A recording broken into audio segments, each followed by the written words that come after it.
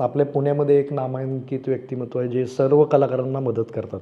पण सुरुवातीपासून शेवटपर्यंत मला आत्तापर्यंत म्हणजे दीपक भाऊ मानकर जे आहेत ते सर्व समाजाला तर मदत करतातच, कलाकारांना पण ते स्वतः मदत करतात. स्वतः कलाकार असल्यामुळं त्यांचं चांगलं मला अजूनही पाठबळ आहे. अजूनही ते रिस्पेक्ट देतात, अजूनही कलाकारांना मान सन्मान देतात. कुठलंही काम असेल, अडचण असेल हो. तर खंबीरपणे ते आपल्यासोबत ते राहतात. म्हणजे खंबीरपणे त्यांचा पाठिंबा नेहमीच त्यांचा असतो. पाठिंबा असतो. पुण्यात जे बाळासाहेब दाभेकर आहेत त्यांनी शोधून मला वॉल पेंटिंग करायला लावले.